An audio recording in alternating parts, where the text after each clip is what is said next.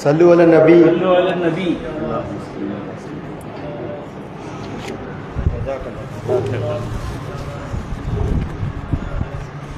नारे तकबीर। सल्लु अला नबी। अस्सलामु अलैकुम वरहमतुल्लाहि वबरकातुहु। वालेकुम अस्सलाम वरहमतुल्लाहि वबरकातुहु। अल्हम्दुलिल्लाहि रब्बिल आलमीन वस्सलातु वस्सलामु अला सय्यिदिना मुहम्मदिन व अला आलिहि व सहबिहि अजमाईन। वमा तौफीक़ी इल्ला बिल्लाह ला हौला वला कुव्वता इल्ला बिल्लाहिल अलिय्यिल अज़ीम। सुब्हानक ला इल्म लना इल्ला मा अल्लमतना इन्नक अंतल अलीमुल हकीम। புனிதம் நிறைந்த இந்த மீலாது நபி பெருவிழாவின் தொடர் சொற்பொழிவு நிகழ்வின் தகுதிமிக்க தலைவர் மரியாதைக்குரிய ஹலரத் பெருந்தகை அவர்களே, இங்கே வருகை புரிந்து இந்நிகழ்வை சிறப்பித்து கொண்டிருக்கக்கூடிய கண்ணியத்திற்குரிய உலமா பெருமக்களே, அன்பார்ந்த பெரியோர்களே, இளைஞர்களே, சிறார்களே, தாய்மார்களே, சகோதரிகளே, சிறப்புமிக்க இந்த நிகழ்விற்கு ஏற்பாடு செய்திருக்கின்ற திருவண்ணாமலை மீலாது கமிட்டியை சார்ந்த போற்றுதலுக்கும் பாராட்டுதலுக்கும் உரிய நிர்வாக பெருமக்களே, புனிதமான நிகழ்வில் நம்மையெல்லாம் பங்கெடுக்க செய்து நல்லதை சொல்லவும் கேட்கவும் வாய்ப்பளித்த எல்லாம் வல்ல இறைவனை போற்றி புகழ்ந்து எனதுரையை தொடங்குகின்றேன். மன்னிப்பின் சிகரம் மன்னர் நபி ஸல்லல்லாஹு அலைஹி வஸல்லம் என்கின்ற தலைப்பின் கீழ் ஒரு சில கருத்துக்களை உங்களுக்கு மத்தியிலே பரிமாறிக்கொள்ளலாம் என்று விளைகின்றேன். கண்மணி நாயகம் ஸல்லல்லாஹு அலைஹி வஸல்லம் அவர்கள் பெருந்தன்மை மிக்கவர்களாக இருந்தார்கள். உயர்ந்த குணத்திற்கு சொந்தக்காரர்களாக இருந்தார்கள். அழகிய பண்பிற்கும் உடைமையாக கூடியவர்களாக இருந்தார்கள். ஆகவேதான் அவர்களுக்கு எவ்வளவு பேர் எத்தனையோ சமயங்களில் இடையூறு அளித்த போதெல்லாம் சம்பந்தப்பட்டவர்களை மன்னித்தார்கள். எந்த ஒரு இடையூறும் அவர்கள் கொடுத்ததில்லை. மற்றவர்களுக்கு பழிக்கு பழி என்றும் அவர்கள் செய்ததில்லை. அதே நேரத்தில் மார்க்கம் என்று வந்துவிட்டால் அதற்குண்டான பரிகாரத்தை செய்வார்கள். அதிலே நெளிவு சுழிவெல்லாம் கிடையாது, நீக்கு போக்கெல்லாம் கிடையாது. அவர்களுக்கு தனிப்பட்ட முறையில் யாராவது இடையூறு கொடுத்தால் அதை பெருந்தன்மையோடு மன்னிப்பார்கள். அப்படி மன்னித்து இருக்கிறார்கள். இறைவன் குர்ஆனிலே சொல்லி தந்தது தான் அவர்களுக்கு ஹுதில் அஃப்வ வஅமுர் பில் உர்ஃபி வஅரில் அனில் ஜாஹிலீன். அல்லாஹ் சொல்றான் இந்த வசனத்தில், நபி அவர்களே மன்னிக்கும் பண்பை எடுத்துக்கொள்ளுங்கள், நல்லதை மற்றவர்களுக்கு ஏவுங்கள், குறுமதியாளர்களை புறக்கணித்து விடுங்கள். இந்த மூன்று விஷயம் பல முஃபஸ்ஸிரீன்கள் சொல்றாங்க, குர்ஆனிலே கூறப்பட்ட எல்லா அறிவுரைகளையும் உள்ளடக்கிய வசனம் இந்த ஒரு வசனம் அப்படிம்பாங்க. இந்த மூணுக்குள்ள எல்லாமே அடங்கி போச்சு. அப்படிப்பட்ட இந்த வசனத்தில் இறைவன் நபி ஸல்லல்லாஹு அலைஹி வஸல்லம் அவர்களை பார்த்து மன்னிக்கும் பண்பை பெற்றுக்கொள்ளுங்கள், மற்றவர்களை மன்னித்து விடுங்கள் என்று இறைவன் சொல்லி காட்டுகிறான். அவர்களிடத்திலே ஏறத்தாழ 10 ஆண்டு காலங்கள் பணிவிடை செய்தார்கள் ஹலரத் அனஸ் ரலியல்லாஹு அன்ஹு அவர்கள். அவங்களே சொல்றாங்க, நான் 10 ஆண்டு காலங்கள் பணிவிடை செய்த நபி ஸல்லல்லாஹு அலைஹி வஸல்லம் அவர்களுக்கு ஒரு தடவை கூட லிம ஸனஅத, நான் செய்யக்கூடாததை செய்து விட்டதற்காக ஏங்க இதை செஞ்சீங்க கேட்டதே இல்லை நபி ஸல்லல்லாஹு அலைஹி வஸல்லம் அவர்கள். அதே போல அலா ஸனஅத, நான் செய்ய வேண்டியதை செய்யாமல் விட்டதற்காக இதை செய்திருக்க கூடாதா என்றும் கேட்டதில்லை நபி ஸல்லல்லாஹு அலைஹி வஸல்லம் அவர்கள். புகாரி ஷரீஃபிலே பதிவு செய்யப்பட்ட ஹதீஸ். பணிவிடை என்று வருகின்ற போது சில குறைபாடுகள் ஏற்பட வாய்ப்பு இருக்குது. செய்ய சொல்லியிருப்பாங்க ஸல்லல்லாஹு அலைஹி வஸல்லம், இவங்க செய்யாமல் போயிருப்பாங்க. அந்த நேரத்தில் கோபம் வரும் மற்றவர்களாக இருந்தால். ஆனால் நபி ஸல்லல்லாஹு அலைஹி வஸல்லம் அவர்கள் கோபப்படவே இல்லை, என்னை மன்னித்தார்கள் என்றார்கள் அனஸ் ரலியல்லாஹு அன்ஹு அவர்கள். அதே போல நபி ஸல்லல்லாஹு அலைஹி வஸல்லம் அவர்களுக்கு ஒரு யஹூதி சில தங்க காசுகளை கடன் கொடுத்திருந்தார். குறித்த காலத்திற்கு நான் நிறைவேற்றுகிறேன் என்று நபி ஸல்லல்லாஹு அலைஹி வஸல்லம் அவங்களும் சொல்லிட்டாங்க. அந்த டைம் வந்தது, அந்த மனிதரும் வந்து விட்டார் நபி ஸல்லல்லாஹு அலைஹி வஸல்லம் அவங்கள்ட்ட கேட்பதற்காக. அந்த நேரத்தில் ஸல்லல்லாஹு அலைஹி வஸல்லம் இல்லை, திரும்ப ஒப்படைப்பதற்குண்டான வசதி இல்லை. அப்போ நபி ஸல்லல்லாஹு சொன்னாங்க, பிறகு தர்றேன், என்னிடம் இப்போது வசதி இல்லை அப்படின்ட்டு. அவர் சொன்னார், இல்லை, இன்னைக்கு இதெல்லாம் ஒப்பந்தம், அதனால நீங்க தராத வரைக்கும் உங்க இடத்தை விட்டு நான் போறதா இல்லை, உங்க கூட தான் நான் இருக்க போறேன் அப்படின்னு ஸல்லல்லாஹு சொன்னாங்க. அப்படியா, நான் இங்கே இருந்துடுறேன்ட்டாங்க. பள்ளியாசல்ல தான் இது நடக்குது. லொஹருடைய நேரம் வந்தது, நபி ஸல்லல்லாஹு லொஹர் தொழுதாங்க, வீட்டுக்கு போகல. அசருடைய நேரம் வந்தது, தொழுதாங்க, வீட்டுக்கு போகல. அசரு மக்ரிபுடைய நேரம் தொழுதாங்க, வீட்டுக்கு போகல. இஷாவுடைய நேரம் வந்தது, இஷா தொழுதாங்க, வீட்டுக்கு போகல. அடுத்த நாள் சுபு ஆகி போச்சுங்க. சுபுவுக்கு பிறகு சஹாபா பெருமக்களால் பொறுக்க முடியல. என்ன இந்த ஆளு நபி ஸல்லல்லாஹு அலைஹி வஸல்லம் அவர்கள் இப்படி முற்றுகையிட்டு இருக்கிறார், பள்ளியை விட்டும் வெளியே செல்லாதவாறு தடுத்து கொண்டிருக்கிறார், எப்படி பொறுக்க முடியும் சஹாபா பெருமக்கள்னால? அதெல்லாம் அவர் எச்சரிக்கை விடுத்தாங்க, இந்த மாதிரி நீங்க செய்யக்கூடாது, நபி ஸல்லல்லாஹு அலைஹி வஸல்லம் பிறகு தருவாங்க, இந்த நேரத்தில் நீங்க இப்படியெல்லாம் உட்கார்ந்துக்கிட்டு வெளியே போக விடாமலாம் தடுத்துக்கிட்டு இருந்தால் நல்லதல்ல என்று எச்சரிக்கை விடுக்க ஆரம்பிச்சாங்க. நபி ஸல்லல்லாஹு அலைஹி வஸல்லம் அவங்களுக்கு தெரிஞ்சு போச்சு. அருமை தோழர்களை கூப்பிட்டாங்க, என்ன அவருக்கு இங்கே பேசிட்டீங்கன்னாங்க. இல்லை யார சொல்லலாம், உங்களை இந்த மாதிரி முட்டையிட்டு இருக்கிறாரே, வெளியே போக விட மாட்டேங்கிறாரு, ஒரு நாள் ஆகி போச்சே, அதனால தான் நாங்கள் அவர் எச்சரிக்கை செஞ்சோம். நபி ஸல்லல்லாஹு அலைஹி வஸல்லம் சொன்னாங்க, அப்படி செய்யாதீங்க. ஏன் தெரியுமா, அவர் ஒப்பந்தத்தை செய்தவர். நான் தான் இப்பொழுது இந்த கடனை அடைக்கிறேன் என்று ஒரு டேட்டை கொடுத்திருக்கிறேன், கொடுக்க முடியல, அவர் இருக்கிறார். ஆக ஒப்பந்தம் செய்தவருக்கு இடையூறு குவிப்பதுங்கிறது அநியாயம். அந்த அநியாயத்தை நீங்கள் செய்யாதீர்கள் என்று அருமை தோழர்களை தடுத்தார்கள் நபி ஸல்லல்லாஹு அலைஹி வஸல்லம் அவர்கள். லொஹருடைய நேரம் நெருங்குது. அந்த மனிதர் நபி ஸல்லல்லாஹு அலைஹி வஸல்லம் அவங்ககிட்ட வந்து, அஷ்ஹது அல்லா இலாஹ இல்லல்லாஹ் வ அன்னக ரசூலுல்லாஹ் என்று கலிமா சொல்றாரு. நபி ஸல்லல்லாஹு அலைஹி வஸல்லம் அவர்கிட்ட கலிமாவுடைய விளக்க சொல்றாரு, அல்லாஹ் ஒருவன் என்று நான் சாட்சி சொல்றேன், நீங்க அல்லாஹ்வுடைய ரசூல் என்றும் நான் சாட்சி சொல்றேன். அப்போ சொன்னாரு, யார சொல்லலாம், நான் இப்படி செய்ததுக்கு காரணம் நான் தெரியாமல் இல்லை, வேணும்னு தான் செஞ்சேன். ஏன் தெரியுமா, நான் தௌராத் வேதத்தில் படித்தேன். பின்னால் ஒரு இறை தூதர் வருவாங்க, அவருடைய குணமெல்லாம் எப்படி இருக்குன்னு படித்தேன். மக்காவில் பிறப்பாங்க, மதீனா ஷரீஃபுக்கு ஹிஜ்ரத்து செய்வாங்க, அவங்களுடைய அரசாட்சி சிரியா நாடு வரைக்கும் செல்லும், அவருடைய குணங்கள் இப்படி இருக்கும், பண்புகள் இப்படி எல்லாம் படிச்சிருக்கிறேன். அந்த பண்பு உங்களுக்கு பொருந்துகிறதா என்று டெஸ்ட் பண்ணுவதற்காக தான் இந்த வேலையை நான் செஞ்சேன். உண்மையிலே நீங்கள் அத்தகைய உயர்ந்த பண்புகளை கொண்டிருக்கிறீர்கள் என்பதை நான் அறிந்தேன், ஆகவே நான் கலிமா சொன்னேன் என்றார் அந்த மனிதர். இந்த ஹதீஸை இமாம் பைஹக்கி ரஹ்மத்துல்லாஹி அலைஹி அவர்கள் தலாயிலுன் நுபுவாவிலே பதிவு செய்திருக்கிறார்கள். அதே போன்று நபி ஸல்லல்லாஹு அலைஹி வஸல்லம் அவர்கள் ஒரு பயணத்தில் இருக்கிறாங்க சஹாபா பெருமக்களோடு. ஒரு இடம் வந்தாலும் ஓய்வு எடுக்கணும். அந்த இடத்துல கைலூலா தூக்கம், அந்த பகல் நேரத்தில் தூங்கி எந்திரிப்பாங்க. கைலூலா அப்படின்னு பேர் அரபி மொழியில். எல்லா சஹாபா பெருமக்களும் அவங்களுக்கு எங்கெங்க மரங்கள் இருக்குது, நிலம் இருக்குது தேடி போயிட்டாங்க. நபி ஸல்லல்லாஹு அலைஹி வஸல்லம் அவங்களும் ஒரு மரத்திற்கு கீழாக ஓய்வு எடுக்க நினைக்கிறாங்க. தன் கையில் இருந்த வாழை மரத்தில் தொங்க விடுறாங்க, படுத்துட்டாங்க. அங்கே ஒரு கிராமவாசி வந்தார், அந்த வாளை எடுத்தார். நபி ஸல்லல்லாஹு அலைஹி விழிச்சு பார்க்குறாங்க. இப்போ இந்த கிராமவாசி கேட்குறாரு, மன் யம்னஉக மின்னி, இப்போ உங்களை நான் கொல்ல போறேன், என்னிடமிருந்து உங்களை காப்பாற்றுவது யார் அப்படின்னு கேட்கிறாரு. நபி ஸல்லல்லாஹு அலைஹி வஸல்லம் கொஞ்சம் கூட அசரல, பயப்படல, மென்மையாக அழுத்தமாக சொன்னாங்க, அல்லாஹ் அப்படின்னாங்க. இப்படி சொன்ன உடனே அவருக்கு அந்த கையில இருந்த வாள் விழுந்து விட்டது.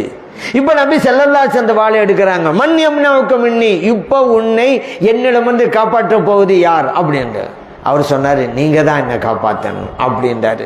நபி ஸல்லல்லாஹு அலைஹி வஸல்லம் கேட்டாங்க, நீங்க சாட்சி கலிமா சொல்றீங்களா, இஸ்லாத்து வரீங்களான்னு. அவர் சொன்னார், அது இஸ்லாத்துக்கு வருகின்ற எண்ணம் இல்லை, ஆனால் ஒன்று, இனிமேல் உங்களோடு நான் போரிட மாட்டேன், அது மட்டுமல்ல உங்களோடு போரிடக்கூடியவர்களோடும் நான் சேர மாட்டேன், அந்த உத்தரவாதத்தை நான் தருகிறேன் என்று அந்த மனிதர் சொன்னார். இந்த ஹதீஸ் புகாரியிலே பதிவு செய்யப்பட்டிருக்கிறது. இந்த பிரபலியமான ஹதீத் இது புகாரி ஷரீஃபில் சஹீஹான ஆதாரபூர்வமான ஹதீத். இப்போ நபி ஸல்லல்லாஹு அலைஹி வஸல்லம் அவர்கள் அவருக்கு தண்டனை கொடுத்திருக்கலாம். ஏன் வானை வச்சுக்கிட்டு உங்களை யார் இப்போ கொல்ல போகிறேன், யார் தடுக்கிறேன்னு கேட்டவர், எந்த நேரத்தை அவர் செஞ்சிருக்கலாம் தானே. இப்போ கொள்வதற்கு வாய்ப்பு ஏற்படுகிறதல்லவா நபி ஸல்லல்லாஹு அலைஹி வஸல்லம் அவங்களுக்கு. அப்படி இருந்தும் கூட செய்யலை பார்த்தீங்களா. இதுதான் மன்னிக்கும் உயர்ந்த பண்பு நபி ஸல்லல்லாஹு அலைஹி வஸல்லம் அவர்களிடம் இருந்தது. அதே போல நபி ஸல்லல்லாஹு அலைஹி வஸல்லம் அவர்கள் ஒருவரிடமிருந்து குதிரையை விலைக்கு வாங்கினாங்க. விலை பேசியாச்சு, வாங்க வீட்டுக்கு அதுக்குள்ள விலையை தர்றேன்னு கூட்டிட்டு போறாங்க. இவர் பின்னால் வர்றாரு. யாரு குதிரை வித்தாரோ அவர் முஸ்லீம் கிடையாது, பின்னால் போயிட்டே இருக்கிறாரு. இந்த குதிரையை கொண்டு போனால் மற்றவங்கெல்லாம் இந்த குதிரை நல்லா இருக்குதே விலைக்கிட்டாங்களே அப்படின்னு கேட்குறாரு. அப்போ இவர் பார்த்தாரு, நம்ம ஒரு விலையை வச்சு அவங்களுக்கு கொடுத்துட்டோம், நல்ல விலைக்கு இவங்கெல்லாம் கேட்குறாங்க, இவங்ககிட்ட கொடுத்துடலாமே அப்படின்னு நினச்சிக்கிட்டு சத்தம் கொடுக்குறாரு. ஏங்க இந்த குதிரையை வாங்குறீங்களே இல்லையா சொல்லிட்டு போங்க, நீ பாட்டு போயிட்டு போறீங்களே அப்படின்னு இவர் சத்தம் போடுறாரு. நபி ஸல்லல்லாஹு அலைஹி வஸல்லம் அவர்கள், என்னப்பா இப்படி சொல்ற, நான் வாங்கியாச்சே, காசு தர்றது தானே உன்னை கூட்டிகிட்டு போகிறேன் வீட்டுக்கு, இப்போ வாங்கியா இல்லைன்னு கேட்குறீங்க அப்படின்னு. இல்லையே நீங்கள் வாங்கலையே. இவர் ஏன் கொஞ்சம் அதிக விலைக்கு விற்கிறன்னு ஆசை வந்துருச்சுல, அதுக்காக வேண்டி இல்லையே நீங்கள் வாங்கலையேங்க. ஏன் வாங்கினேன், சில வாங்கிட்டேன், காசு தர்றதுக்கு தான் இப்போ வீட்டுக்கு ஒன்று கூட்டிகிட்டு போயிருக்கிறேன். இவர் சொன்னார் இல்லைன்னு. இப்போ நடக்கும் பொழுது அந்த மனிதர் கேட்குறாரு, ஹலும்ம ஷஹீதன், நான் உங்களை வித்துட்டேங்கிறீங்கல்ல, சாட்சி கொண்டாங்க, நான் ஒப்புக்கொள்கிறேன். ஆனால் இந்த 2 பேருக்கும் ஒப்பந்தம் நடந்த போது அங்கே யாரும் இல்லை, யாரும் இருந்தால் தானே சாட்சி கொண்டு வர முடியும். அந்த இடத்து கூட்டம் கூடிருச்சுல, இந்த இடத்துல ஹுசைமா ரலியல்லாஹு அன்ஹு இருந்தாங்க. அவங்க சொன்னாங்க, அஷ்ஹது, நான் சாட்சி கூறுகிறேன் யா ரசூலல்லாஹ், இவரிடமிருந்து இந்த குதிரையை நீங்கள் விலைக்கு வாங்கினீர்கள். முடிஞ்சு போச்சு சப்ஜெக்ட். இனி இந்த ஆள்னாலும் மற முடியாது, சாட்சி தானே கேட்டாரு, சாட்சி வந்துருச்சே. ஆனால் உண்மையிலேயே அந்த இடத்துல ஹுசைமா ரலியல்லாஹு அன்ஹு இல்லை, அண்ணன் சாட்சி சொல்றாங்க. சரி, விஷயம் முடிஞ்சு போச்சு, வாங்கியாச்சு. இப்போ நபி ஸல்லல்லாஹு அலைஹி வஸல்லம் கேட்டாங்க ஹுசைமா ரலியல்லாஹு அன்ஹு அவங்ககிட்ட, ஏங்க அந்த ஒப்பந்தம் வியாபார ஒப்பந்தம் நடந்த போது நீங்கள் இல்லையே, அப்படி இருந்தபோது நான் சாட்சி சொல்கிறேன் அப்படின்னு எப்படிங்க சொன்னீங்க? இப்போ நபி ஸல்லல்லாஹு அலைஹி வஸல்லம் அவங்கள பார்த்து ஹுசைமா ரலியல்லாஹு அன்ஹு சொன்னாங்க, யா ரசூலல்லாஹ், நீங்கள் சொல்வதை எல்லாம் உண்மை என்று தானே நான் நம்பி இருக்கிறேன், அதனால் தானே இஸ்லாத்தை ஏற்றிருக்கிறேன். இறைவனை நான் பார்த்தேனா, இறைவன் இருக்கிறான்னு சொன்னீங்க, நான் நம்பினேன். மறுமை நாள் நான் பார்க்கல, நீங்க சொன்னீங்க, நான் நம்பினேன். மலக்குமார்கள் நான் பார்க்கல, நீங்க சொன்னீங்க, நான் நம்பினேன். நீங்கள் சொல்வதை உண்மை என்று நம்பிய நான், இஸ்லாத்திற்கு வந்த நான், இந்த குதிரை விஷயத்தில் நீங்கள் பொய் பேச போகிறீர்கள், ஆகவேதான் இதுவும் உண்மைதான் என்று சாட்சி சொன்னேன் அப்படின்ட்டாங்க. இப்போ இன்னொரு சட்ட பிரகாரம் ஒரு சிக்கல் வருது. ஏன்னா ஒரு விஷயத்துக்கு சாட்சி சொல்கிறதா இருந்தால் 2 பேர் வேணும், 2 சாட்சி. ஆனால் இங்கே சாட்சி சொன்னது ஹுசைமா ரலியல்லாஹு அன்ஹு மட்டும்தான். இப்போ நபி ஸல்லல்லாஹு அலைஹி வஸல்லம் சொன்னாங்க, ஹுசைமாவே, உங்கள் ஒருவருடைய சாட்சியை இருவருடைய சாட்சியின் தரத்தில் வைத்து விட்டேன் என்றார்கள் கண்மணி நாயகம் ஸல்லல்லாஹு அலைஹி வஸல்லம் அவர்கள். அபூ தாவூதிலே, நசாயிலே பதிவு செய்யப்பட்ட ஹதீஸ். இது நபி ஸல்லல்லாஹு அலைஹி வஸல்லம் அவர்களுக்கு இறைவன் பிரத்யேகமாக வழங்கிய சிறப்பு. ஷரீஅத்தை அவர்கள் எப்படி நினைக்கிறார்களோ அப்படி நமக்கு அறிவிக்க முடியும். அத்தகைய அதிகாரத்தை இறைவன் அவங்களுக்கு வழங்கி இருக்கிறான். எண்ணற்ற விஷயங்கள். மிஸ்வாக் ஒவ்வொரு தொழுகைக்கும் நீங்கள் செய்ய வேண்டும் என்று நான் கடமையாக்க விரும்புகிறேன், ஆனா உங்களுக்கு கஷ்டமா போயிடும், அதனால நான் விடுறேங்கிறாங்க. அப்ப இறைவன் அந்த ஷரீஅத்தினுடைய அதிகாரத்தை யாருடைய கையில கொடுத்திருக்கிறான் பாத்தீங்களா? அதே போலதான் ஒவ்வொரு வருடமும் கடமையா அப்படின்னு ஒரு சஹாபி கேட்கிறாங்க ஹஜ்ஜை பத்தி. ஸல்லல்லாஹு சொல்றாங்க, லவ் குல்து நஅம் லவஜபத், ஒவ்வொரு வருஷமானு கேட்குறீங்களே, நான் ஆமான்ட்டா கடமையா போயிருமாங்க உங்களுக்கு. ஆனால் வளமஸ்தாத்து உங்களுக்கு சிரமமாயிருமாங்க, ஒவ்வொரு வருஷம் செய்ய முடியுமா? அதனால அளவுக்கு அதிகமாக கேள்வி கேட்டு சிரமத்தை நீங்கள் உங்களுக்கு நீங்களே சுமந்து கொள்ளாதீர்கள் என்றார்கள் நபிகள் நாயகம் ஸல்லல்லாஹு அலைஹி வஸல்லம் அவர்கள். அப்படியானால் ஷரீஅத் யாருடைய கையில் இருக்கிறது? இறைவன் யாருடைய கையில் கொடுத்திருக்கலாம் பாத்தீங்களா? அந்த மாதிரி இங்கேயும் ஒருவர் சாட்சி தான். ஆனால் ஸல்லல்லாஹு அலைஹி வஸல்லம் அவர்கள் ஷரீஅத்தின் அதிகாரத்தை பெற்றவர்கள். அதான் சொன்னாங்க, ஹுசைமாவே, இந்த உங்களுடைய ஒரு சாட்சியை இருவரின் சாட்சியில் தரத்தில் என வைத்து விட்டேன் என்றார்கள். இது அவர்களுக்கு மட்டுமே உண்டான பிரத்யேகமான பண்பாடு, நம்மிலே யாருக்கும் இது கிடையாது. அந்த மனிதர் இப்படி ஒரு இடைஞ்சலை கொடுத்தார்ல, வாங்கினது பிறகு கூட வாங்கலன்றார்ல, அதனால் அவருக்கு எந்த இடைஞ்சலையும் கொடுக்கல. நபி ஸல்லல்லாஹு அலைஹி வஸல்லம் அவர்கள் அவருடைய செயல்பாட்டை மன்னித்தார்கள். அதே போல ஒரு ஹைபர் யுத்தம், ஹைபர் யுத்தத்தின் போது ஒரு யகூதி பெண்மணி நபி ஸல்லல்லாஹு அலைஹி வஸல்லம் அவங்களுக்கு ஒரு விஷம் தோய்க்கப்பட்ட கறியை கொடுக்கிறார்கள், ஆட்டுக்கறி. நபி ஸல்லல்லாஹு அலைஹி வஸல்லம் சாப்பிட்டாங்க, இன்னொரு தோழர் சாப்பிட்டாங்க. சாப்பிட்ட அந்த தோழருக்கு உடனே தாக்கத்தை ஏற்படுத்தி விட்டது. ஆனால் நபி ஸல்லல்லாஹு அலைஹி வஸல்லம் அவர்கள் ஏற்படவில்லை. அல்லாஹ் தஆலா சொல்லிட்டான் வஹீன் மூலமாக. அப்போ அந்த பெண்ணிட்ட நீங்கள் ஏன் இப்படி செஞ்சீங்க, ஏன் விஷம் தோய்த்த கறியை எனக்கு கொடுத்தீங்கன்னு சொல்லும்பொழுது அந்த பெண் சொன்னது, நீங்கள் உண்மையான இறை தூதராக இருந்தால் இந்த கறி உங்களை ஒன்றும் செய்யாது. உண்மையான இறை தூதராக நீங்கள் இல்லை என்றா இந்த உலகத்துக்கு வாழ தேவையில்லை. ஆகவே தான் உங்களை கொல்ல நினைச்சேன். இதை கொல்லுவதற்காகத்தான் கொடுத்தேன்னு சொன்ன உடனே சஹாபா பெருமக்கள் யார் சொல்றது, அனுமதி கொடுங்க, இந்த பெண்ணை கொண்டு விடலாம். ஏன், உயிருக்கு உயிர் தானே. நபி ஸல்லல்லாஹு அலைஹி வஸல்லம் வேண்டாம், இந்த பெண்ணை நான் மன்னித்து விட்டேன் என்றார்கள். கண்மணி நாயகம் ஸல்லல்லாஹு அலைஹி வஸல்லம் அவர்கள் புகாரிலே பதிவு செய்யப்பட்ட ஹதீஸ். எண்ணற்ற விஷயங்கள் உயிருக்கு ஆபத்து என்கின்ற நிலை வந்த போதும் கூட மன்னித்தார்கள். ஆயிஷா சித்திகா ரலியல்லாஹு அன்ஹா சொல்றாங்க, நபி ஸல்லல்லாஹு அலைஹி வஸல்லம் வீட்டில் இருக்கிறாங்க. ஒரு யகூதி கூட்டம் வந்தது.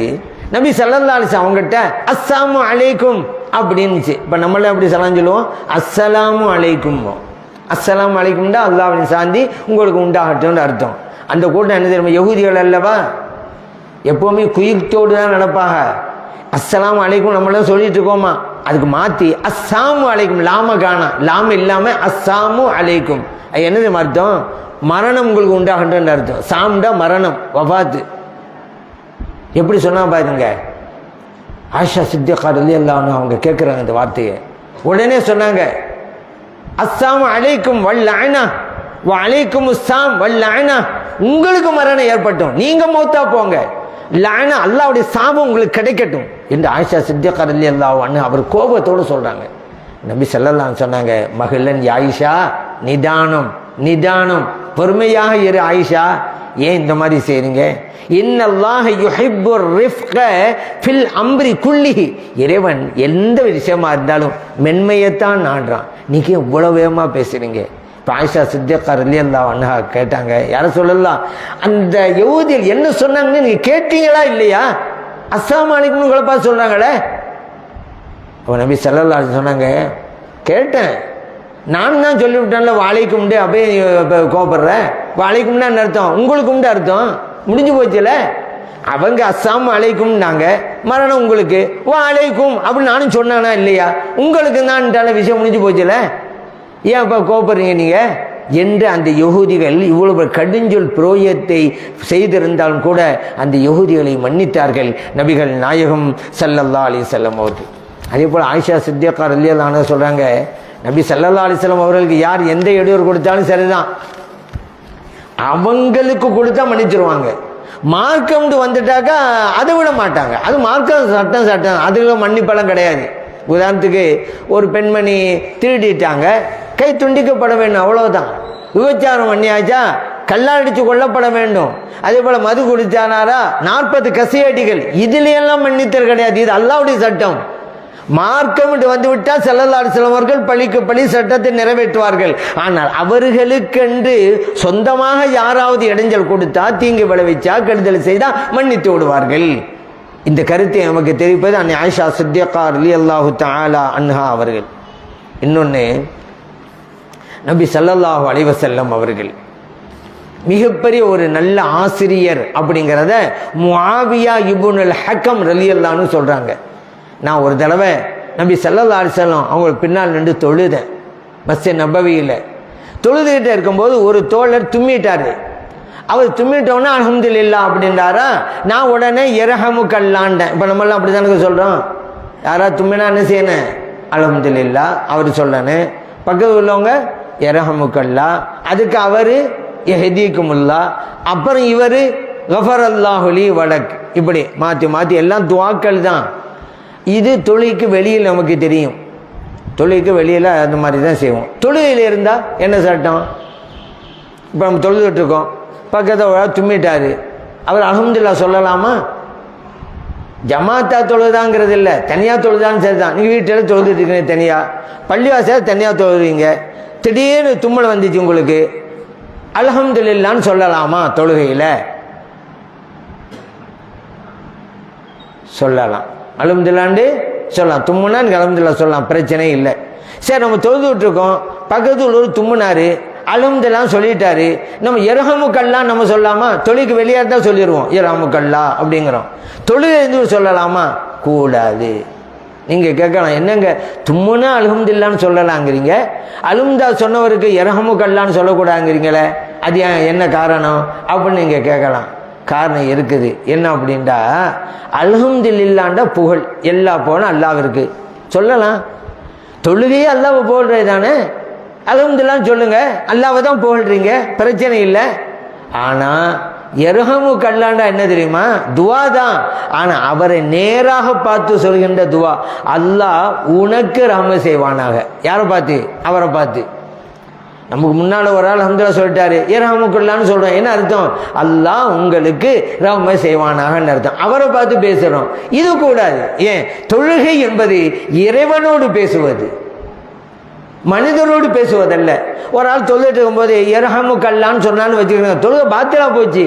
ஏன்? அல்லாவோடு பேசுகிற வணக்கத்தில் போய் இவர் மனுஷரோட பேசுகிறார எர்ஹமுக்கல்லாண்டு சொல்ல. அதனால தான் சொல்லக்கூடாதுங்கிறோம். தொழுகை பாத்திலாகிவிடும். சலாம் சொல்கிறது அப்படிதான். சலாம் சொல்கிறோம்ல, அஸ்ஸலாமு அலைக்கும் அப்படின்னு செய்வோம், வாலைக்கும் சலாமோ. இது தொழுகைக்கு வெளியில். தொழுதுட்டு இருக்கும்போது ஒரு ஆள் சலாம் சொன்னார், சலாம் சொல்லி விட்டாரு, பதில் சொல்லணுமே அப்படின்னு சொல்லி வலைக்கும் சலாம் அப்படின்னு வச்சுக்கிறோங்க, போச்சு தொழுகை பார்த்தலாம் போகும். ஏன்? இங்கே மனிதரோடு பேசுகிறோம். வலைக்கும் சலாம்டா அல்லாஹ்வின் சாந்தி உங்களுக்கு உண்டாகட்டும், அவரோட பேசுகிறோம். அதனால கூடாது. இப்போ புரியுதா உங்களுக்கு? அல்லாஹ்வோடு பேசுகின்ற தொழுகை, அல்லாஹ்வோடு பேசுகிறதுனால தானே தொழுவருக்கு முன்னால் குறுக்க நடந்து போகாதீங்க நபி ஸல்லல்லாஹு அலைஹி சொன்னாங்க. குறுக்கே நடந்து செல்லாதீங்க, மண்ணுக்குள்ளே புதையுண்டு போவதே மேல்.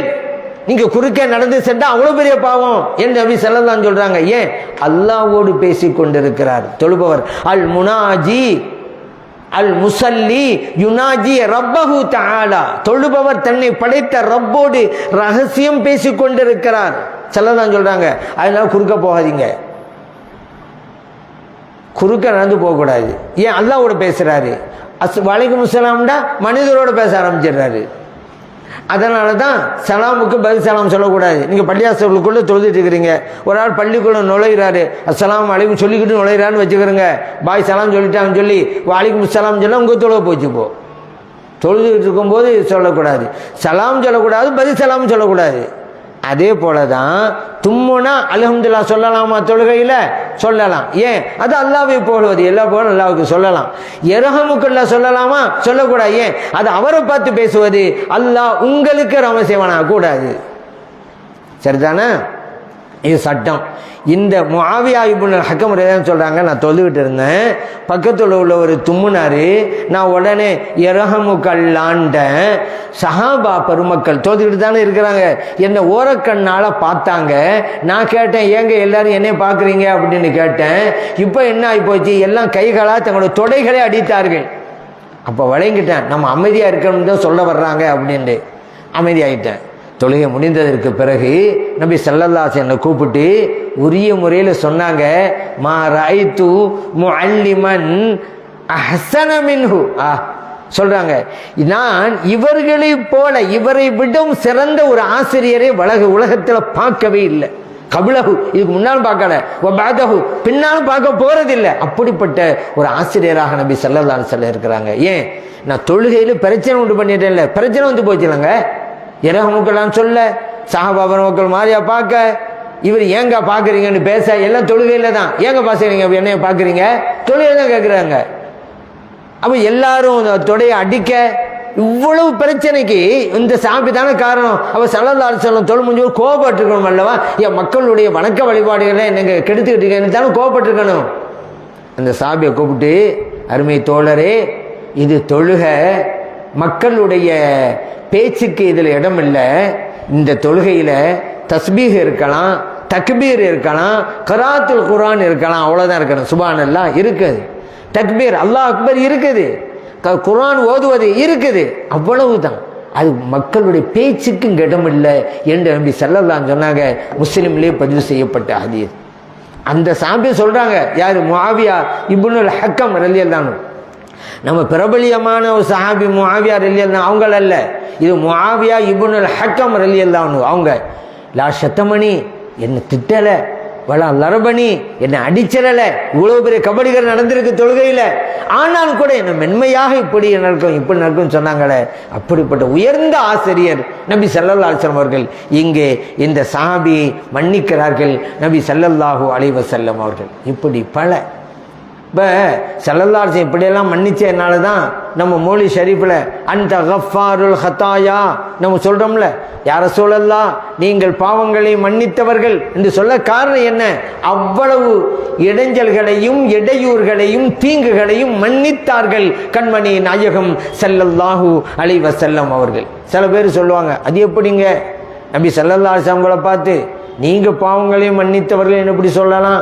அல்லாஹ் குர்ஆனில் வமை யக்ஃபிரு துனூப இல்லல்லாஹ், பாவங்களை மன்னிப்பது அல்லாஹ்வை தவிர வேறு யார் இருக்கிறார் என்று அல்லாஹ் கேட்குறான். நீங்கள் நபி ஸல்லல்லாஹு அலைஹி வஸல்லம் அவங்கள போய் நீங்கள் பாவங்களை மன்னிப்பவன்னு சொல்கிறீங்க. இந்த வசனத்துக்கு மாற்றம் ஆயிட்டாங்க. எப்போவுமே இப்படி தான். அதாவது ஒரு சில வசனங்களை மட்டும் படிச்சுவிட்டு வந்து சொல்ல வேண்டியது. குர்ஆன் முழுமையும் படிக்கிறது இல்லை. குர்ஆன் முழுமையும் படிச்சிருந்தா மன்னித்தல் என்பது மனிதர்களுக்கு உண்டு, நபி ஸல்லல்லாஹு அலைஹி வஸல்லம் அவங்களுக்கு மட்டுமில்லை எல்லா மனிதர்களுக்கும் உண்டு என்பதை தெரிஞ்சுக்கிறலாம். குர்ஆன்ல படிங்கங்க. நபி ஸல்லல்லாஹு அலைஹி வஸல்லம் அவங்களுக்கு குறிப்பா இருக்குது. ஃபஅஃபு அன்ஹும், அல்லாஹ் சொல்றான் நபி அவர்களை அந்த மக்களை நீங்கள் மன்னியுங்கள் என்கிறான் இறைவன். நபி ஸல்லல்லாஹு அலைஹி வஸல்லம் மன்னித்தார்கள். மன்னித்தவர்களை மன்னித்தவர்கள் என்று தாங்க சொல்லணும். நீங்களாம் உட்கார்ந்துட்டு இருக்கிறீங்க, உட்கார்ந்தவர்களேன்னு தான் சொல்லணும். ஒரு ஆள் நின்றுக்கிட்டு இருக்கிறாரு, நிற்பவரேன்னு தான் சொல்லணும். மன்னித்தார்கள் நபி ஸல்லல்லாஹு அலைஹி வஸல்லம் அவர்கள், மன்னித்தவர்கள் தான் சொல்லணும். எப்படி மன்னிச்சாங்க? அப்படி மன்னிக்க முடியும்? அல்லாஹ்வுல குர்ஆன்ல சொல்றான் மன்னியுங்கள் அப்படின்னு சொல்லி. ஒரு அரபியில ஒரு வாசகம் எதுக்கு எந்த மொழியில இருக்குதோ அந்த மொழியில உள்ள பிரகாரம் அந்த மீனிங் கொள்ளணும். அதான் ரொம்ப முக்கியம். இதுல தான் வஹாபிகள் பலவீனமாக இருக்கிறாங்க. ஏன்னா அவங்களுக்கு தெரிஞ்சது ஒரு வார்த்தைக்கு ஒரு அர்த்தம் தான், அதுக்கு மேலே தெரியாது. அதனால வந்தவன இப்போ ஒரு கணவரும் மனைவிட்டு சொன்னாங்க, எனக்கு பாயாசம் நீங்கள் ஆசையாக இருக்குது செஞ்சுத்தாமா. அந்த அம்மாவும் சரிங்க அப்படின்னு அடுப்பாங்கரைக்கு போயிடுச்சு. கொஞ்சம் நேரம் ஆன பிறகு ஏலம் போடுற சத்தம் கேட்குது. ஒரு தரம் 2 தரம் அப்படின்ட்டு. இவர் பார்த்தாரு, நம்ம என்ன பாயசம் தான் தயார் பண்ண சொன்னோம், இவங்க ஏன் ஏலம் போட்டிருக்கான்னு சொல்லி அடுப்பாங்கரைக்கு போய் பார்த்தா அந்த அம்மா கையில் ஒரு புஸ்தகம் இருக்குது. சமையல் செய்வது எப்படி, அதான் அந்த புஸ்தகம். அதில் ஒரு பக்கத்தில் பாயாசம் தயாரிக்கும் முறைன்னு போட்டிருக்கு. அதை பார்த்து தான் அந்த அம்மா தயார் பண்ணிக்கிட்டே வருது. இப்போ இன்னைக்கு யூடியூப்பை பார்த்தெல்லாம் தாய்மார்கள் எல்லாம் சமையல் செய்கிறாங்கல்ல. சாப்பிட முடியுமா முடியாதா அது வேறு விஷயம், ஆனால் சமையல் பண்ணுறாங்க. அந்த மாதிரி புஸ்தகத்தை பார்த்தும் தயார் பண்ணாங்க. அந்த குறிப்பில் கீழே எழுதியிருக்குது, குறிப்பு பாயாசம் கொதி வந்த பிறகு ஏலம் போட்டு இறக்கவும் அப்படின்னு இருக்கு. இந்த அம்மா 1 தரம் 2 தரம்னு ஏலம் போட்டுட்டு இருக்கு. இப்போ பாயாசம் உருப்படுமா?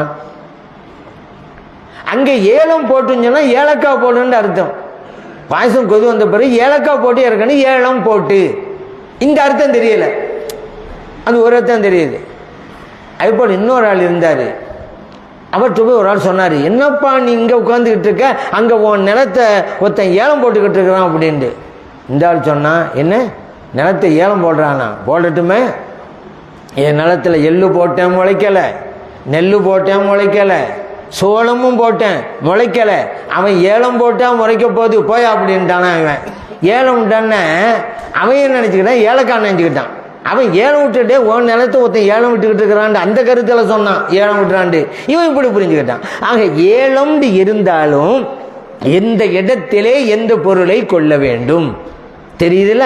தமிழ்ல இந்த மாதிரி தான் அரபியும்.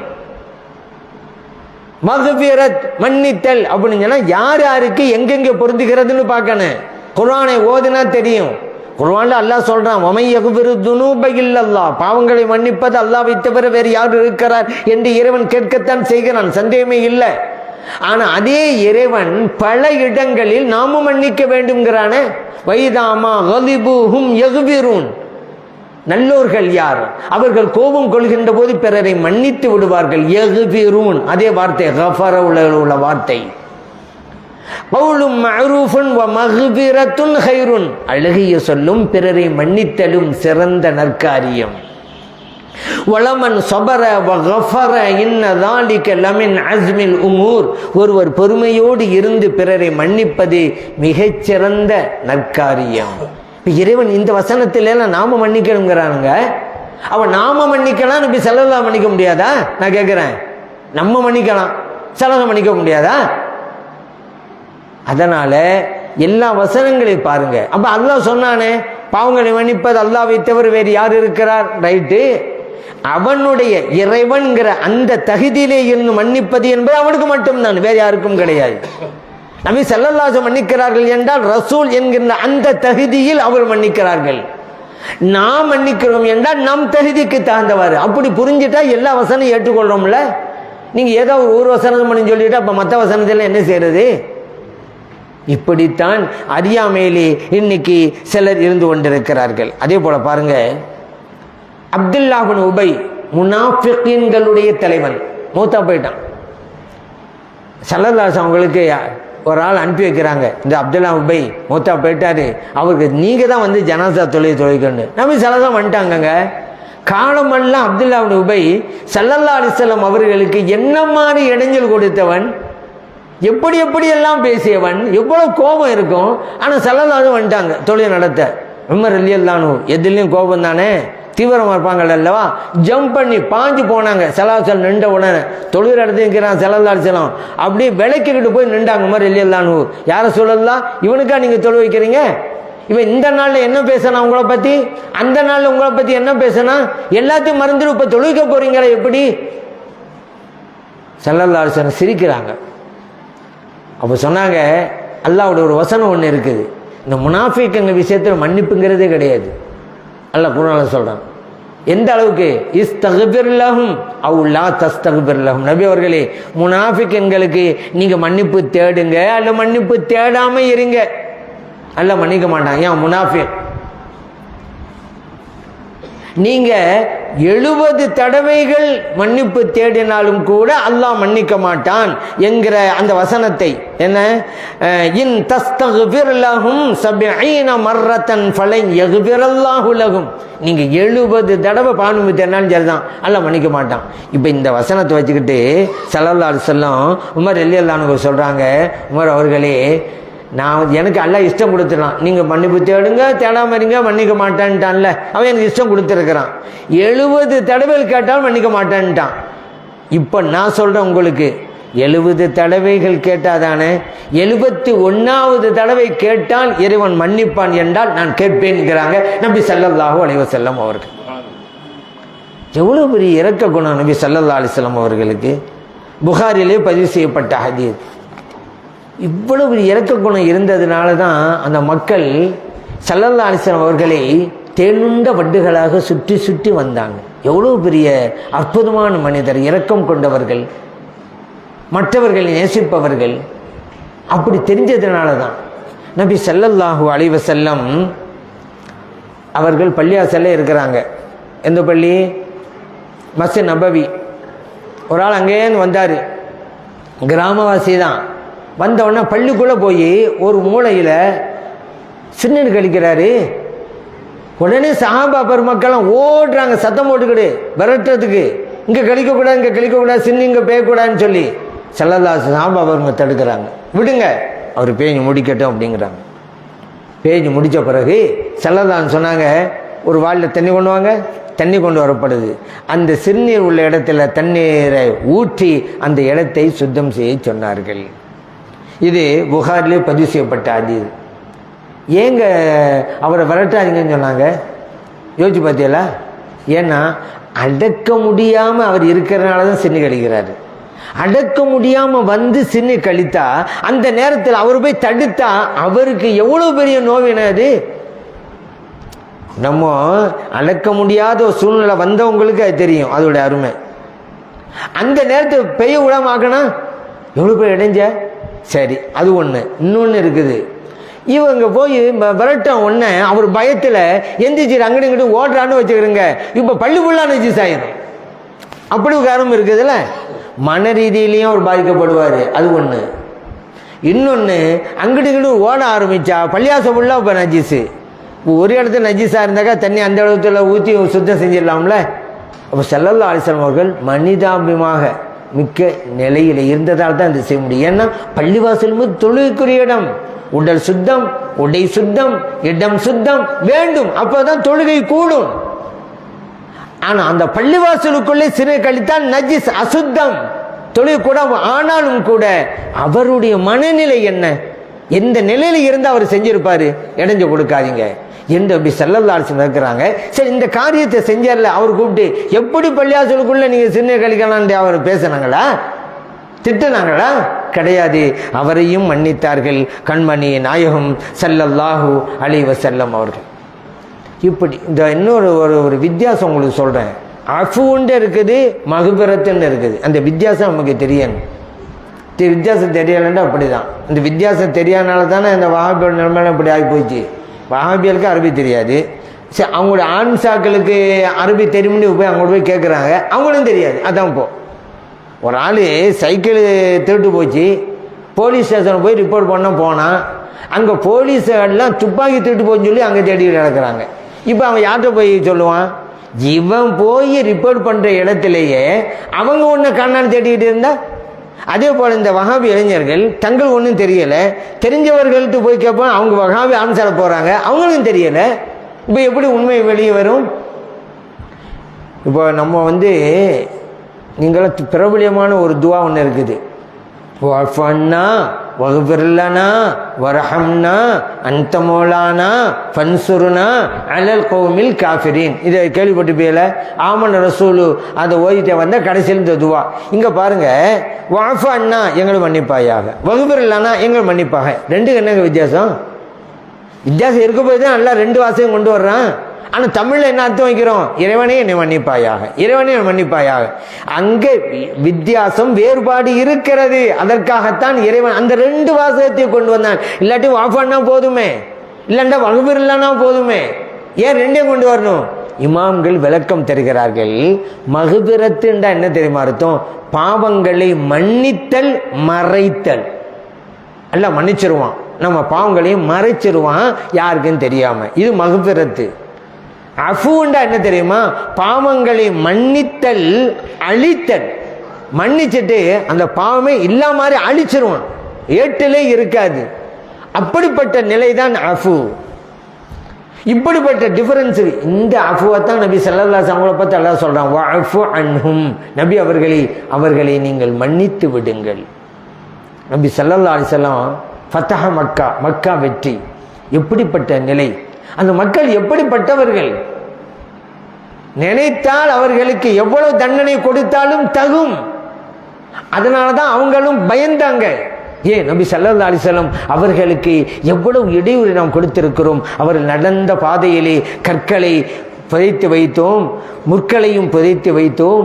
அவர்கள் தொழுகின்ற போது மிகப்பெரிய ஒட்டக குடலை தலையிலே போட்டோமே. அதே போல அவர்கள் பிறந்து வளர்ந்த சொந்த ஊரிலிருந்து விரட்டி அடித்தோமே. மக்காவில் இருந்தாலும் விரட்டி அடித்தாங்க. அன்னதும் மதீனா ஷரீஃப் போனாங்க நபி ஸல்லல்லாஹு அலைஹி வஸல்லம் அவர்கள். இவ்வளவு நினைத்து பார்க்கிறார்கள் அந்த மக்கத்து மக்கள். இவ்வளவு கொடுமைகள் செய்த நமக்கு ஸல்லல்லாஹு அலைஹி வஸல்லம் என்ன பழிவாங்க போறாங்களோ என்று பயந்தாங்க, அஞ்சினாங்க, நடுங்கினாங்க. நபி ஸல்லல்லாஹு அலைஹி சொல்றாங்க, என்னை கண்டு ஏங்க பயப்படுறீங்க? இன்னமா அன இப்னு இம்ராத்தின் கானத்து தஅக்குலுல் கதீர். காய்ந்த மாமிச துண்டை தின்று வளர்ந்த சாதாரண பெண்மணியின் மகன்தான் நான். என்னை கண்டு ஏன் பயப்படுறீங்க? இது ஹபு, நீங்கள்லாம் போங்க, அன்துமுத்துலகா, நீங்கள் அத்தனை பேரும் விடுதலை பெற்றவர்கள் அப்படின்ட்டாங்கல்ல. எப்படி இருக்கும் அந்த சஹாபா பெருமக்கள்? அவங்களுக்கு சிலாத்து வந்துட்டாங்க. சஹாபா பெருமக்கள் ஆச்சரியத்தோ பார்க்குறாங்க. ஸல்லல்லாஹு அலைஹி வஸல்லம் இப்போ இவ்வளவு பெரிய பரந்த மனதுக்கு சொந்தக்காரா இருக்கிறான்னு சொல்லி சஹாபா பெருமக்கள் ஆச்சரியப்படுறாங்க. அந்த மக்கத்து வாசிகளும் ஆச்சரியப்பட்டு போனாங்க. அதனால தான் நம்ம சொல்கிறோம், அந்த கஃபாருல் ஹத்தாயா, யார சொல்லலாம், பாவங்களை நீங்கள் மன்னித்தவர்கள் அப்படின்னு சொல்கிறதுக்கு காரணம் அதான். அந்த அன்னைக்கு இன்னொன்று நடந்த சஅத் இப்னு உபாதா ரலியல்லாஹு அன்ஹு மக்கா வெற்றியாக சொல்லியாச்சா. அவங்க சொன்ன வாசம் அல் யோமுல் மல்ஹமா அப்படின்ட்டாங்க. இன்றைய தினம் யுத்தத்தின் தினம் அப்படின்ட்டாங்க. அப்பாஸ் ரலியல்லாஹு அன்ஹு இதை கேட்குறாங்க. உடனே ஸல்லல்லாஹு அலைஹி வஸல்லம் யார் சொல்லலாம், சஅத் இப்னு உபாதா இந்த மாதிரி சொல்கிறாங்களேன்னு. இப்போ நபி ஸல்லல்லாஹு அலைஹி சொன்னாங்க, இல்லை இல்லை, அப்படி அல்ல, அல் யோமுல் மல்ஹமா அல்ல, அல் யோமுல் மர்ஹமா அப்படின்னாங்க. இன்னைக்கு அன்பின் சத்தம் வெளிப்படுகின்ற நாள். இன்று யுத்தத்தின் நாள் அல்ல, இன்று அன்பின் சத்தம் வெளிப்படும் நாள் அப்படின்னாங்க. அதனால தான் எல்லோரையும் மன்னிச்சாங்க. அதனால தான் அந்த கஃபாருல் ஹத்தாயான்னு சொல்கிறோம். நபி ஸல்லல்லாஹு அலைஹி வஸல்லம் அவர்கள் பல் ஷஹீதாக்கப்பட்டது. உஹது யுத்தத்தில். இன்னும் எத்தனையோ கொடுமைகளை. அப்போதெல்லாம் நபி ஸல்லல்லாஹு அலைஹி வஸல்லம் அவர்களை பார்த்து, அருமை தோழர்கள், உதுஉ அலல் முஷ்ரிக்கீன் யா ரசூலல்லாஹ், அந்த முஷ்ரிக்கீன்களுக்கு எதிராக சாபமிடுங்களேன், உங்களுக்கு இப்படிப்பட்ட துன்பங்களை அவர் தந்து கொண்டிருக்கிறார்கள் என்கிறார்கள். ஏன்னா சஹாபா பெருமக்களால் தாங்க முடியவில்லை ஸல்லல்லாஹு அலைஹி வஸல்லம் அவர்களுக்கு இத்தகைய இடையூறுகளை அந்த மக்கள் கொடுத்த போது. அப்ப நபி ஸல்லல்லாஹு அலைஹி வஸல்லம் சொன்னாங்க, இன்னி லம் உபஅத் லஆனன், அருமை தோழர்களே, நான் சாபமிடுவதற்காக அனுப்பி வைக்கப்பட்டேன் இந்த உலகத்திற்கு. இன்னமா புஇஸ்து ரஹ்மத்தன், இந்த உலகத்திற்கு நான் ரஹ்மத்தாக அருட்கொடையாகத்தான் அனுப்பி வைக்கப்பட்டேன் என்றார்கள் கண்மணி நாயகம் ஸல்லல்லாஹு அலைஹி வஸல்லம் அவர்கள். முஸ்லிமிலே பதிவு செய்யப்பட்ட ஹதீஸ். ஆகவே தான் நாம் சொல்கிறோம், அன்த கஃபாருல் ஹதாயா, யா ரசூலல்லாஹ், நீங்கள் பாவங்களை மன்னித்தவர்கள். இன்னொன்று நீங்கள் விளங்குங்க, நபி ஸல்லல்லாஹு அலைஹி வஸல்லம் அவங்களுக்கு யாரெல்லாம் இடைஞ்ச கொடுத்தாங்களோ அவங்கள ஸல்லல்லாஹு அலைஹி வஸல்லம் மன்னிச்சாங்க. ஒரு பாயிண்ட்டு. சரி, மற்ற மனிதர்கள் செய்கிற பாவங்களையும் ஸல்லல்லாஹு அலைஹி வஸல்லம் மன்னிக்க வேண்டுமா? இது முக்கியமான பாயிண்ட்டு. மன்னிக்கணுங்க. ஒரு ஆள் தொழுவலை, அல்லாஹ் தான் மன்னிக்கணும். நபி ஸல்லல்லாஹு அலைஹி வஸல்லம் மன்னிக்கணும். ஸல்லல்லாஹு அலைஹி வஸல்லம் மன்னிச்சாதான் அல்லாஹ் மன்னிப்பான். ஒரு ஆள் மதம் இருந்தக்கூடாது, மார்க்கத்தில் தப்பு பண்ணிட்டான், யாரு மன்னிக்கணும்? அல்லாஹ் மன்னிக்கணும், தெரிஞ்சே தான். நபி ஸல்லல்லாஹு அலைஹி வஸல்லம் அவங்களும் மன்னிக்கணும். அப்படி மன்னிச்சாதான் அல்லாஹ் மன்னிப்பான். அதுதான் அல்லாஹ், வலவ் அன்னஹும் இல்லலமு அன்ஃபுஸஹும் ஜாஊக ஃபஸ்தக்பருல்லாஹ வஸ்தக்பர லஹுமுர் ரசூலு லவஜதுல்லாஹ தவ்வாபர் ரஹீமா. அல்லாஹ் சொன்னான், ஒரு ஆள் ஒரு தப்பு பண்ணிட்டா அல்லாஹ்ட்ட அவர் பாவ நிவர்த்தி தேடணும். நபி ஸல்லல்லாஹு அலைஹி வஸல்லம் அவங்களே இவருக்கா பாவ நிவர்த்தி தேடணும். அப்பதான் அல்லாஹ் மன்னிப்பான். குர்ஆன்ல சொல்லிட்டான். நீங்கள் கேட்கலாம், தொழுகைக்கு ஏன் ஸல்லல்லாஹு அலைஹி வஸல்லம் மன்னிக்கணும்? ஏன் இந்த தவறுகள் செஞ்சால், பாவம் செஞ்சால் ஏன் நபி ஸல்லல்லாஹு அலைஹி வஸல்லம் மன்னிக்கணும்? நீங்கள் கேட்கலாம். மன்னிக்கணுங்க. ஏன் தெரியுமா?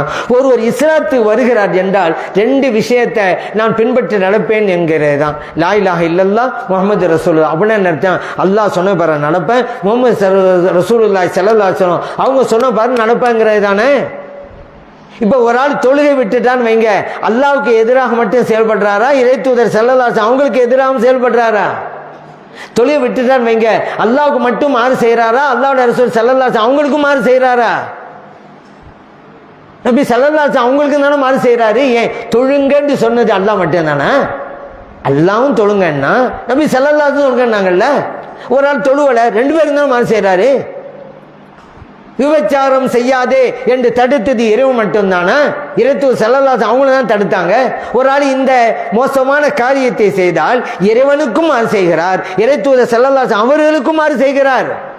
ஆகவே இருவரும் மன்னித்தாக வேண்டும். அதனால தான் அல்லாஹ் சொல்றான், ஃபஅஃபு அன்ஹும், அந்த மக்களை நீங்கள் மன்னித்து விடுங்கள் நபி அவர்களே என்று அல்லாஹு தஆலா சொன்னதுடைய நோக்கம் அதுதான். சில பேர் அவங்களுக்கு சம்மந்தப்பட்டே தான் மன்னிப்பாங்க, மற்றதெல்லாம் இல்லை அப்படிம்பாங்க. அப்படிலாம் கிடையாதுங்க. இப்படியெல்லாம் நம்ம சொன்னால் சில பேர் என்ன சொல்கிறது, நபி ஸல்லல்லாஹு அலைஹி வஸல்லம் அவர்களுக்கு இந்த பண்பெல்லாம் இருக்குன்னு சொன்னால் அது ஷிர்காகும் அப்படிம்பாங்க. ஷிர்க் என்ன ஷிர்காகும்? அதுதான் நான் சொல்கிறது.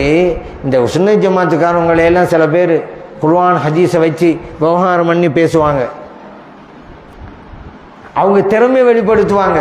ஆனால் சுன்னத் ஜமாத்துக்காரவங்க தங்களுடைய திறமையை வெளிப்படுத்திடுவாங்க. எப்படி? ஒரு ஹோட்டலுக்கு ஒரு ஆள் சாப்பிட போனார். ஆட்டில் பல வகையான சமையல்லாம் இருக்கும்ல ஹோட்டலில். இவருக்கு மூளை வேணும், ஒழுங்காக ஆட்டு மூளை அல்ல மூளை இருக்கான்னு கேட்டிருக்கலாம். இவர் திறமையை வெளிப்படுத்துகிறானா, சர்வரை கூப்பிட்டு மூளை இருக்கா அப்படின்றாரு. மூளை இருக்கான்னு கேட்குற வேற, மூளை இருக்கான்னு வேற. அப்படின்னா என்ன அர்த்தம்? உனக்கு மூளை இருக்கான்னு அர்த்தம் இருக்கு. திறமை வெளிப்படுத்துகிறாராம். இதே வெளியே கேட்டிருந்தா சர்வர் கோவப்பட்டிருப்பாரு. அங்கே கோவப்பட முடியாது. ஏன்னா கோவப்பட்டா என்ன செய்யும்? அவர் சொல்லுவார், ஏங்க நான் மூளை இருக்கான்னு தானே கேட்டேன், இருந்தால் இருக்குன்னு சொல்லுங்க, இல்லை இல்லைன்னு சொல்லுங்க, இதுக்கும் கோபுறீங்கன்றுவார். சர்வர் அழகாக பதில் சொன்னார். என்ன தெரியுமா? உங்களுக்கு முன்னால் ஒருவர் வந்தார் சார், அவருக்கு மூளை இருந்துச்சு சார், உங்களுக்கு மூளை இல்லை சார் அப்படின்ட்டார் அவர். இவர் எந்த வார்த்தையை வச்சு அவரை மட்டும் தான் நினைச்சாரோ அதே வார்த்தை வச்சு இவர் மட்டும் நினைச்சாரு. இப்படித்தான் வஹாபியர் சில கருத்துக்களை நாங்கள் தான் குர்ஆன் ஹதீஸ் சொல்லி சுன்னத் ஜமாத் மக்கள் யாரும் ஷிர்க் பித்அத் சொல்லி மட்டத்தில் பார்க்குறாங்க. ஆனால் இன்னைக்கு அவர்களே பல ஷிர்க்குகளுக்கும் பித்அத்துகளுக்கும் சொந்தக்காரராக மாறிட்டாங்க. ஆகவே நபி ஸல்லல்லாஹு அலைஹி வஸல்லம் அவர்கள் மன்னிப்பின் சிகரமாக திகழ்கிறார்கள். அந்த ஸல்லல்லாஹு அலைஹி வஸல்லம் அவர்கள் நம்மையும் ஏற்றுக்கொண்டு அவர்கள் நம்மையெல்லாம் சொர்க்கத்திற்கு அழைத்துச் செல்கின்ற நற்பாக்கியத்தை எல்லாம் வல்ல இறைவன் நமது அனைவருக்கும் தந்தல்வானாக. ஆமீன். அல்ஹம்துலில்லாஹி ரப்பில் ஆலமீன். அஸ்ஸலாமு அலைக்கும் வரஹ்மத்துல்லாஹி வபரகாத்துஹு.